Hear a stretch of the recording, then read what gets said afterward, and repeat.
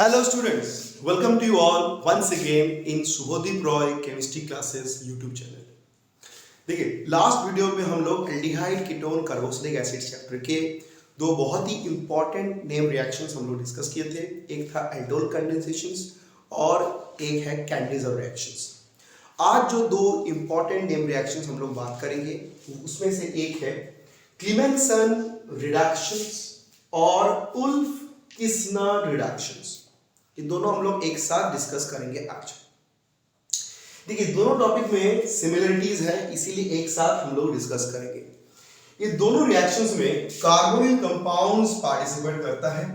Carbonyl compound जिसको हम लोग ऐसे CO के फॉर्म में लिख सकते हैं, because we know that carbonyl compounds both aldehyde and ketone can be written in this CO. CO means as because they are having carbonyl group, so we can write aldehyde and ketone as a CO.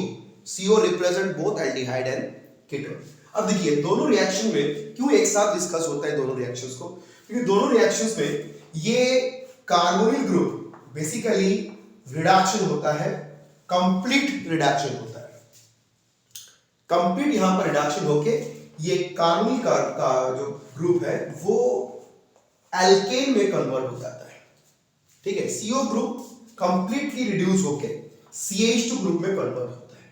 ये दोनों में जो main change है वो same है, लेकिन ये दोनों रिएक्शंस का मैकेनिज्म्स और जो रिएजेंट है वो अलग अलग है, लेकिन मेन जो चेंज ऑफ फंक्शनल ग्रुप वो दोनों में सेम है।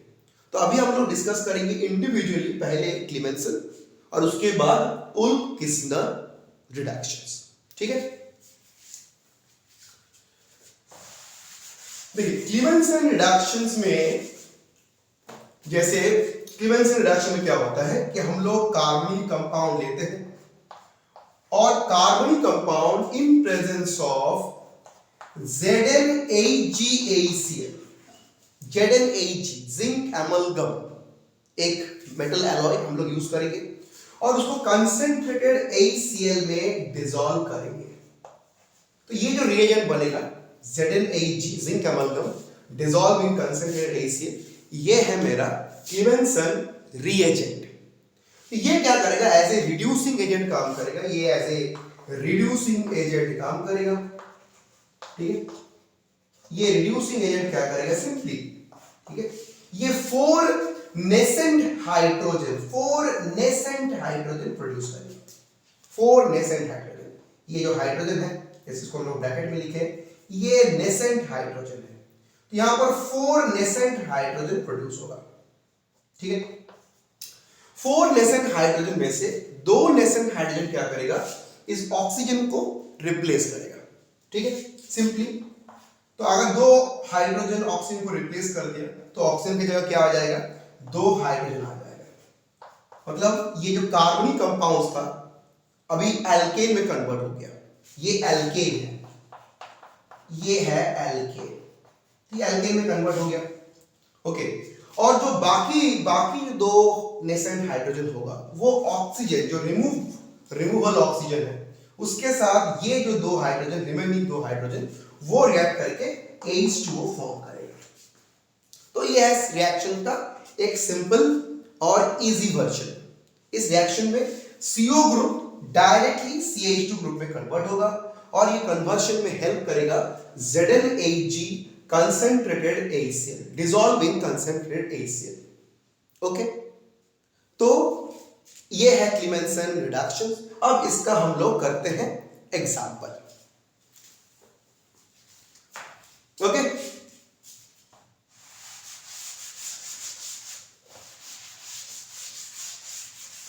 अच्छा तो पहला एग्जांपल क्या होगा, एग्जांपल नंबर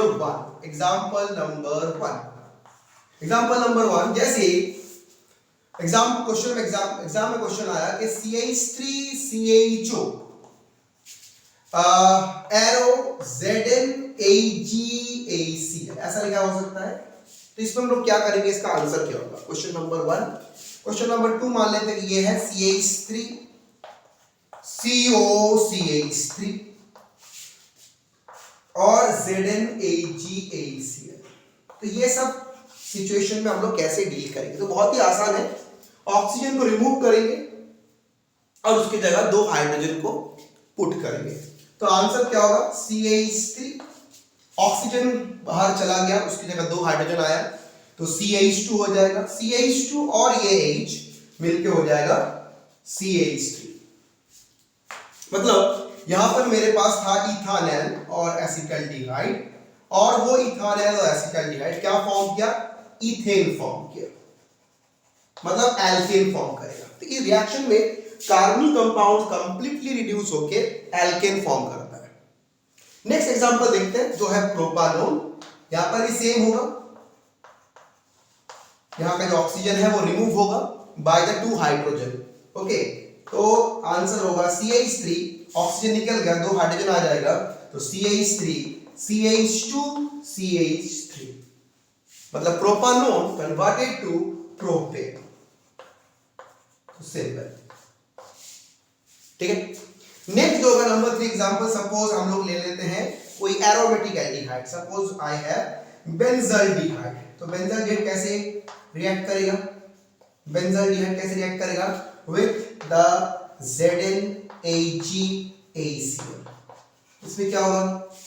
इसमें क्या होगा? CHO को हम लोग थोड़ा सा ओपन करके लिखते हैं तो समझ में आएगा। CO एक तरफ, CO एक तरफ H। ओके, तो CO group will be replace to CH2। Okay, oxygen remove होने के बाद 2 हाइड्रोजन आएगा तो CO group will be remove to CH2। CH2 और ये H मिलकर क्या फॉर्म करेगा? क्या फॉर्म करेगा? CH3। तो प्रोडक्ट क्या हो गया? प्रोडक्ट क्या हो गया? Toluene. This is toluene. Okay, aromatic hydrocarbon toluene form करेगा। अगर एरोमेटिक एल्डिहाइड है तो एल्केन नहीं, वो एरोमेटिक हाइड्रोकार्बन जैसे टॉल्यूइन फॉर्म करेगा। ठीक है, तो ये कुछ इंपॉर्टेंट एग्जांपल था अबाउट द क्लीमेंसन रिडक्शंस। ओके, तो क्लीमेंसन रिडक्शन के बाद हम लोग चलेंगे टुवर्ड्स द नेक्स्ट रिएक्शन जो है उल्फ-किस्नर रिडक्शंस। ओके, इसको लिख लो।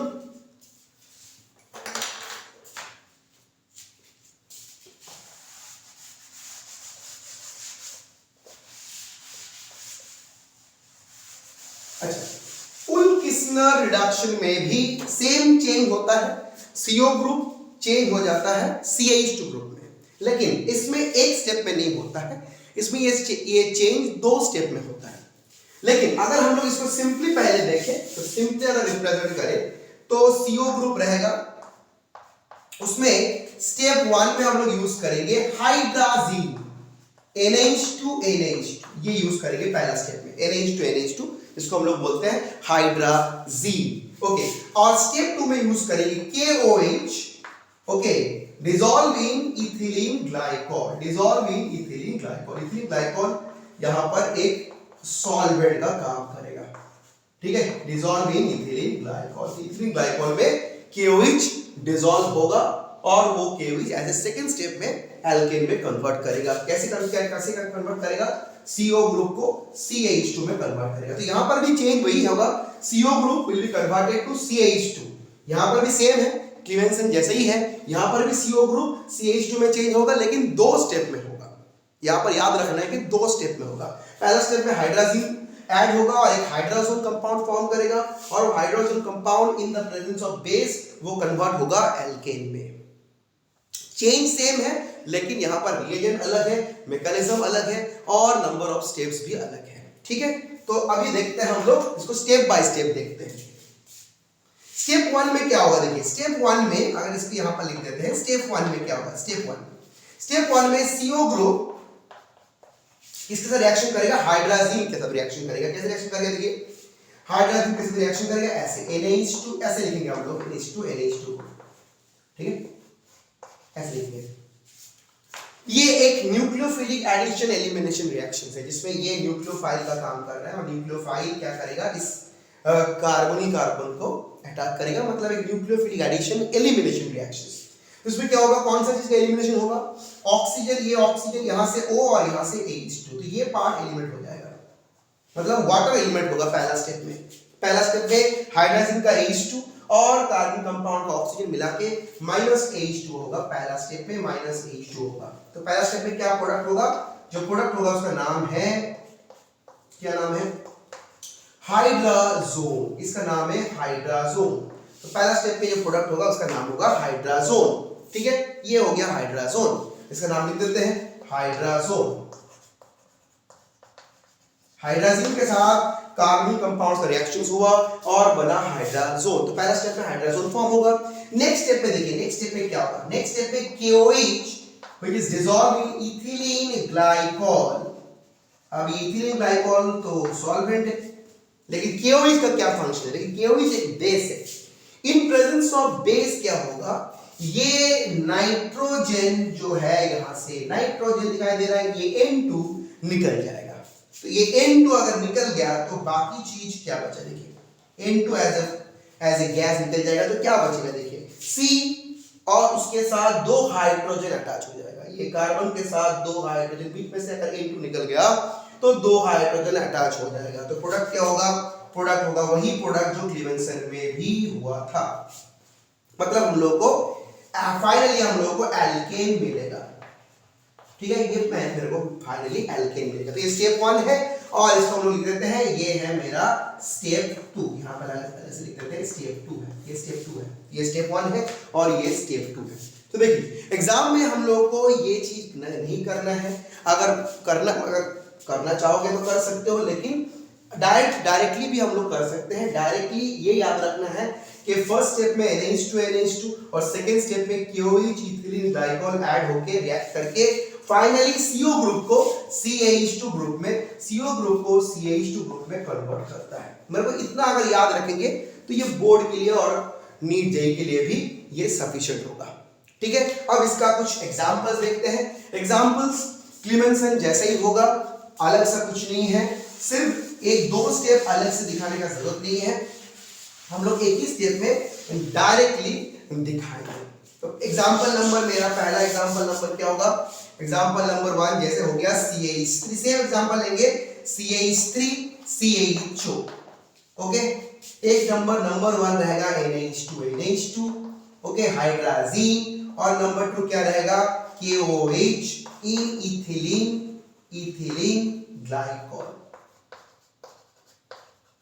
तो प्रोडक्ट क्या होगा?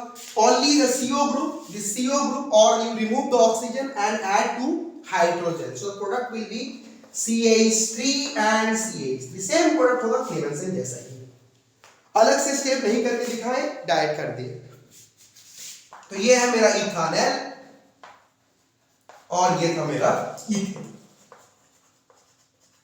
ठीक है, नेक्स्ट रिएक्शन भी हम लोग ले सकते हैं। जैसे मान लेते हैं कि हम लोग तो अलग एग्जांपल लेते हैं, CH3 CH2 और CHO। मतलब ये कौन हो गया? ये ब्यूटानॉल है। इस ऐसा एग्जांपल ले सकते हैं ब्यूटानॉल। पहले प्रोपानॉल ले लेते हैं, उसके बाद ब्यूटानॉल लेंगे। ठीक है, इथानॉल के बाद प्रोपानॉल ले लेते हैं स्टेप बाय स्टेप। तो पहले हम लोग प्रोपानॉल ले लेते हैं। ठीक है, प्रोपानॉल। तो प्रोपानॉल में क्या होगा?